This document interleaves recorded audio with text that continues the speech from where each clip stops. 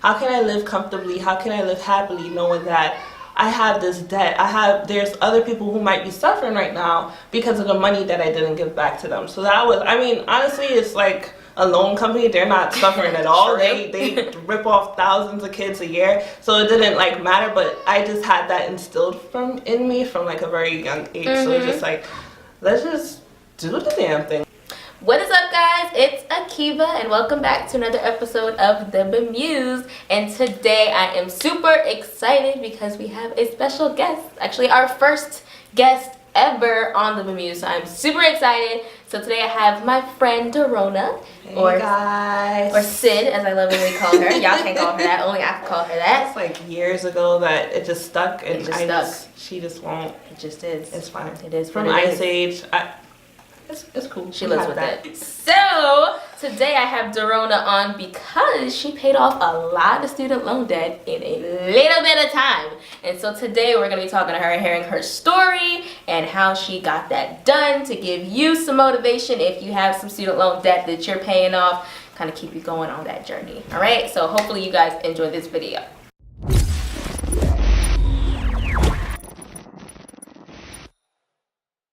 All right, Dorona, so tell us just how much debt are we talking about here? How much do you start with? So starting with, I would say right out of school, roughly $30,000. Okay. And how long did it take you to pay that off?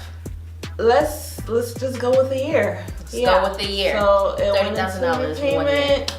I guess I graduated May 2015 and it was paid off by December 2016. Okay, cool. So about a year and a half. Mm-hmm. I didn't start paying but it. But you paid after the 6-month break period. Right. So literally November. a year. Mm-hmm. Man, you are inspirational. Oh, I can't even. She's so humble. Chump change. Come on now. Chump change, big baller. Okay.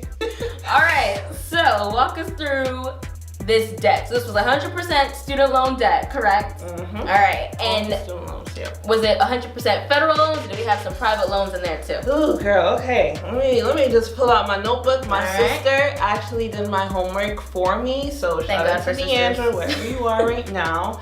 But I had a couple loans from Great Lakes Borrower Service, and I also had one loan from Student Loan Service Center through SUNY. So I went to a SUNY school. I went to Stony Brook, so I had a separate loan that I had to take off for my major. And the total came up to $29,272.68. Yeah. For subsidized and unsubsidized, but they were all Stafford loans, and then I had one federal Perkins loan. So. Yeah. That's my breakdown of my loans, but I didn't have any credit card debt or anything else. It was just basically student loans. And for those of you who don't know what SUNY is State University of New York. So she went to a New York State school, as you guys know. From New York, New York is in the building. Of course. And so, I'm in New York right now, so, I couldn't leave here without doing this interview, so I'm super excited.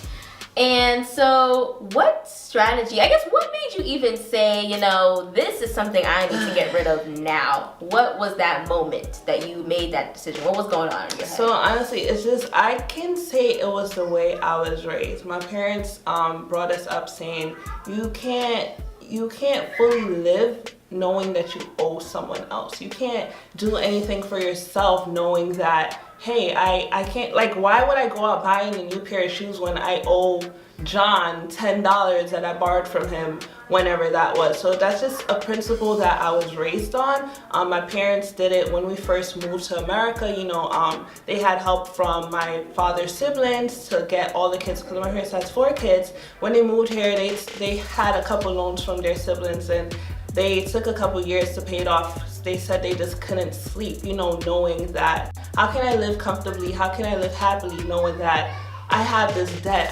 There's other people who might be suffering right now because of the money that I didn't give back to them. So that was, honestly, it's like a loan company. They're not suffering at all. They rip off thousands of kids a year. So it didn't like matter, but I just had that instilled in me from like a very young age. So it's just like, let's just do the damn thing. Let's just, what's the sense in, letting it go out for 10 years when I could just get it done now?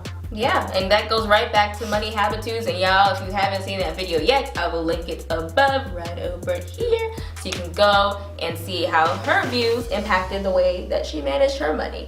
So that's really cool, really, really cool. And so during college, were you kind of keeping abreast of how much loans you were accruing? Did you kind of just wait until your loan servicer said, hey, about that?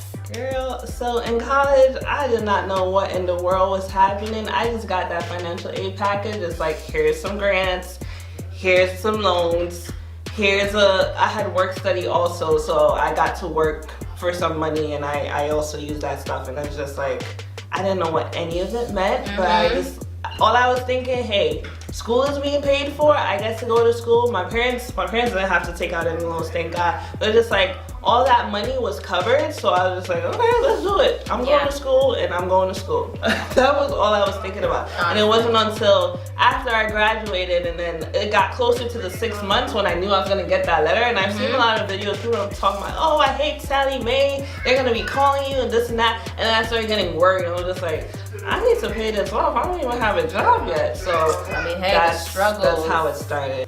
And so you said you embarked on this journey, and you knew you wanted to pay this off before you even found the job after graduation, right? And so what was your plan in that moment? In that moment before you found a job, did you find a job? Did you have a job 6 months out when your payments actually started? By that time? So I got a job in October, and it was going to go in repayment in November. So yeah. Okay. Yeah. Great. So came in clutch, right in time. Pretty much, yeah. It's definitely something I prayed about, and then God just provided. Because for my major, I'm a medical technologist, and I had to take a licensing and a certification exam. So after I graduated, I was just focused on studying. I applied to jobs, but they wouldn't hire you unless you had the license anyway. So I'm like, why am I wasting time applying to places that's not going to hire me because I don't have this license? So I just put all my focus and energy into studying for the exam. After I passed the exam, I got my certification, and I started applying for jobs because I'm like, this date is coming up, they're gonna want that payment. I got like I think when I graduated college, I had like $1,000 on my bank account. So I'm just like, I gotta do something about this. This is pathetic. I know the struggle. I know the struggle okay well. Oh my God, girl. Great. So when you got your job and you said, all right, mission number one is get these loans gone. What was your process in making sure those loans were gone? Did you know that you were going to pay them off in a year, or did it kind of just happen that way? You were kind of just fueling as much money as you could? How did that kind of work? So initially, when I first went into repayment, the goal wasn't to pay it off in a year. So my first job starting, I was making like $28 an hour. So that's a little over $50 a year. So if I was to break down my paycheck, I set aside my tithes and offering, extremely important. My tithes and offering, my monthly Metro card, which is like $121 a month, and then what else was I paying? My phone bill, which was like $90 to $100 a month. And then I had, at the end of the day, based on my net pay, I think I had like $1,000 to go home with. So my minimum payment on my loans were like $261 and change. I was on the what do you call it? They had different plans. It was like income driven. You had the income driven plan? Yeah, I had that one. So that was the minimum payment that they determined for me in order to pay it off in the 10 years. So I was paying that, and I was fine with that. And then it just bothered me. It's just like, I could be like keeping that full $1,000 for my savings for like something in the future. It's just like, it was just annoying having to set aside that money for them. I'm just like, this is my money. I know I'm just giving it to y'all. Like, it just annoyed me. I'm just like, I need to get this out of the way completely. And it wasn't until the next year here at church, Rogers Ave, we had a seminar by our previous pastor, Pastor Leroy Daly. He came here and he kind of did a little financial thing with us. And he's like, if you want to accomplish a goal, you need to have an accountability partner, you need to have an end date, and you need to have a consequence. And that's when, I think it was like maybe between April and July of 2016, he came and he did that seminar. And then I was just like, I want to pay off my loans. So then at that time, I had $20,000 left because I was paying the $261 and I decided to up it a little bit. So then I ended up paying $400 and I had it on auto pay. So every month it was taking out the $400 just to, hit the minimum and then a little more interest, and then just always a little bit more just to be ahead of it. And then so then by that time I had knocked out maybe 10. I'm just like, I can knock this out based on what I was making. I was like, I can knock this out. I should have been knocked this out based on what I was making. You have to be realistic with your money, of course. Not everyone can just be like, I'm gonna pay off $100,000 in a year and you're making like 12 an hour. There's no way. So you have to be realistic. And then so my goal based on that seminar he had, my goal, I was like, I'm gonna pay off this $20,000 by the end of this year. And my accountability partner was my sister. Her goal was to lose a certain amount of weight. And then my punishment if I didn't do it was I had to donate 10%, so $2,000 to someone that I didn't like. Wow, that's a new one. It's horrible. That's a new one. It's just like, I didn't like this person. So it's just like, it would hurt me more to just give, like, why am I giving $2,000 to you? I don't even like you. So that was my put, and it gave me the drive that I needed, and I was making them payments on time, and I was doing what I had to do. And then it came down to the end game. I think we hit December, and I had maybe 4,000 left. And I was just like, what should I do? I wasn't getting paid until the next year. So I'm just like, oh my God, I'm not gonna make it. I'm gonna have to give this money to this person.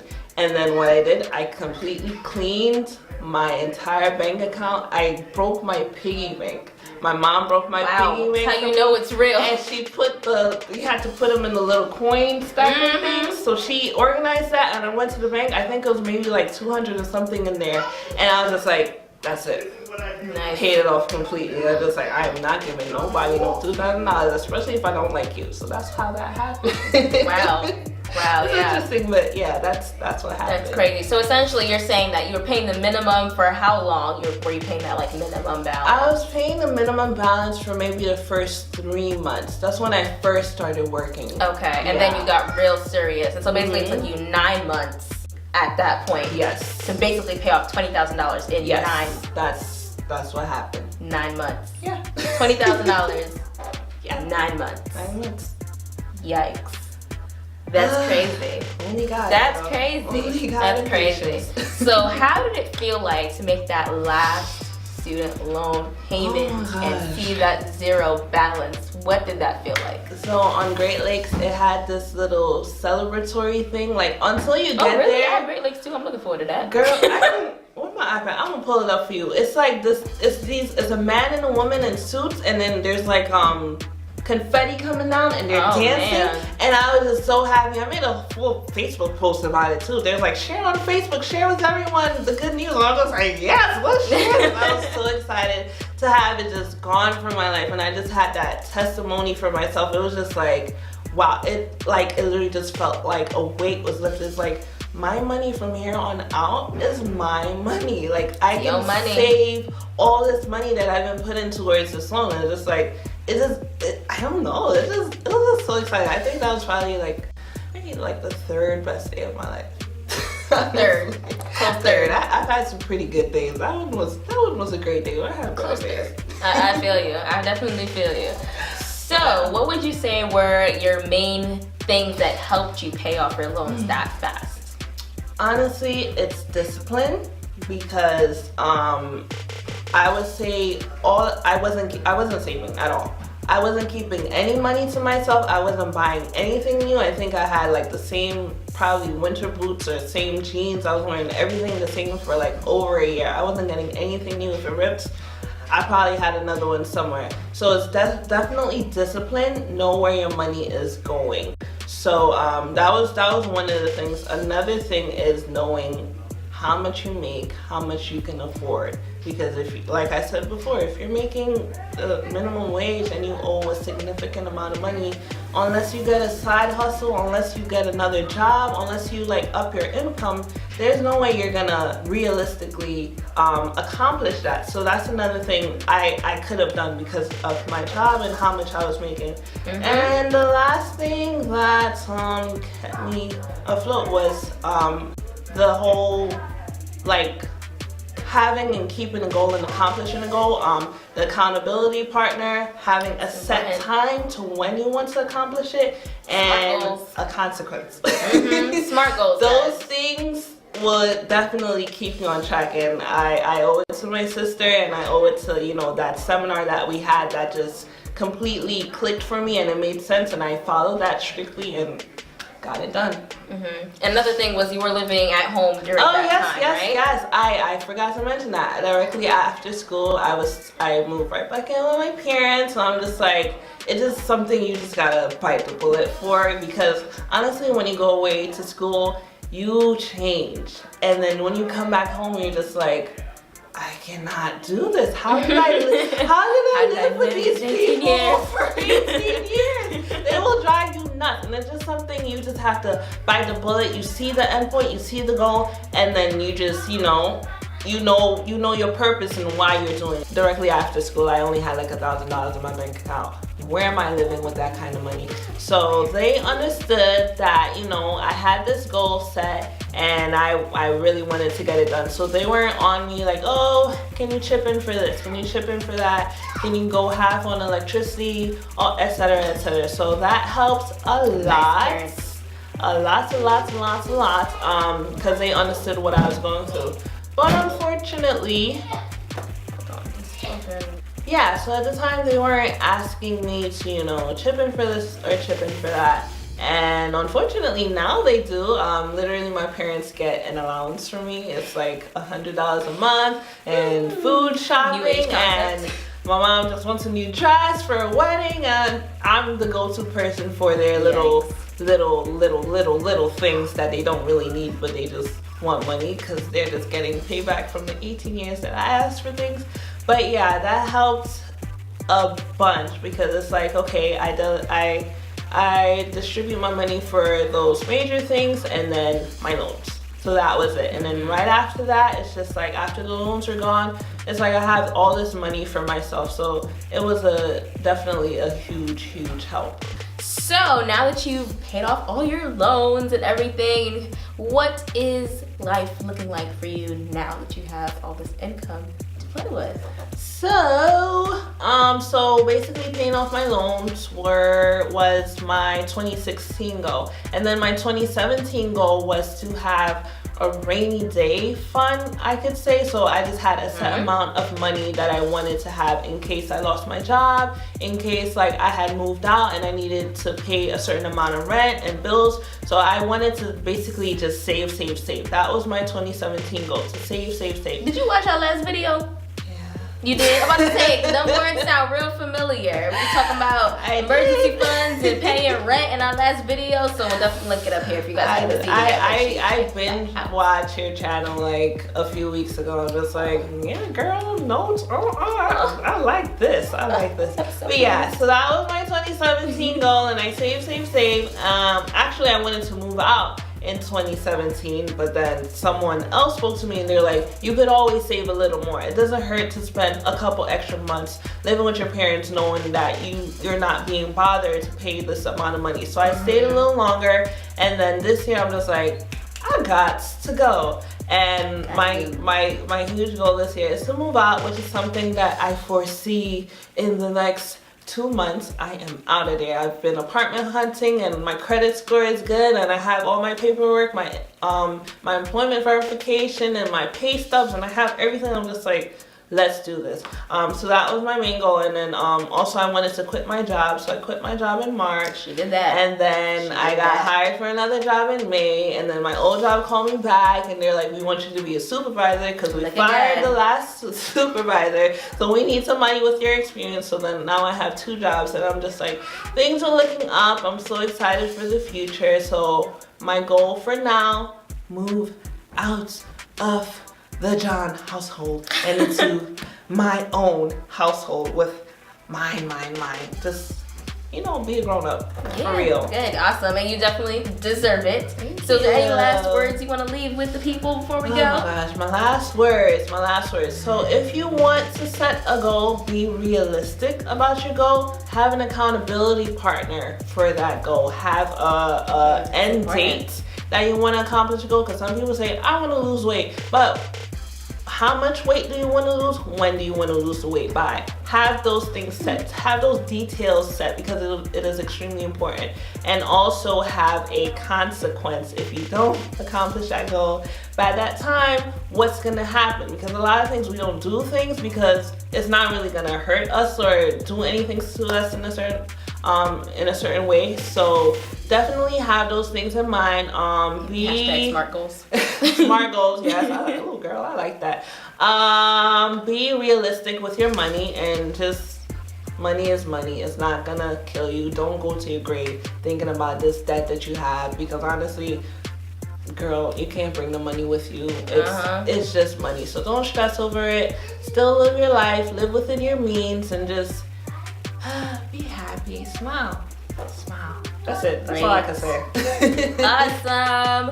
Well, Dorona, thank you so much for joining us today on this episode. I'm super excited, super happy we were able to have our first guest on this show, and what an amazing first guest we had, right guys? So make sure you guys subscribe to the channel, do not forget, and turn on notifications so you always get an alert every single time we post new content. Like I mentioned in our last video, you know, I'm out of school now, got a little bit more time on my hands, so guess where that energy's going? To you guys, that's right. So make sure you come along with us on this journey, come along for the ride, and if you guys have any questions, let us know in the comments below. So thanks for watching, and we'll see you guys next week. Bye. Bye, guys. That'll be awesome. I don't know what to do with my face. I hope you can hear me. Oh, Lucy. Watch me keep that because I already started recording. You're now watching the Bemused. We think this is Disney Channel? I made a dollar sign. You gotta have something. You should draw it too. Draw it. What do you edit? Do the this? Which one we going? Toward us or toward them? Because it gotta make sense to them. You're right. So we gotta go this way.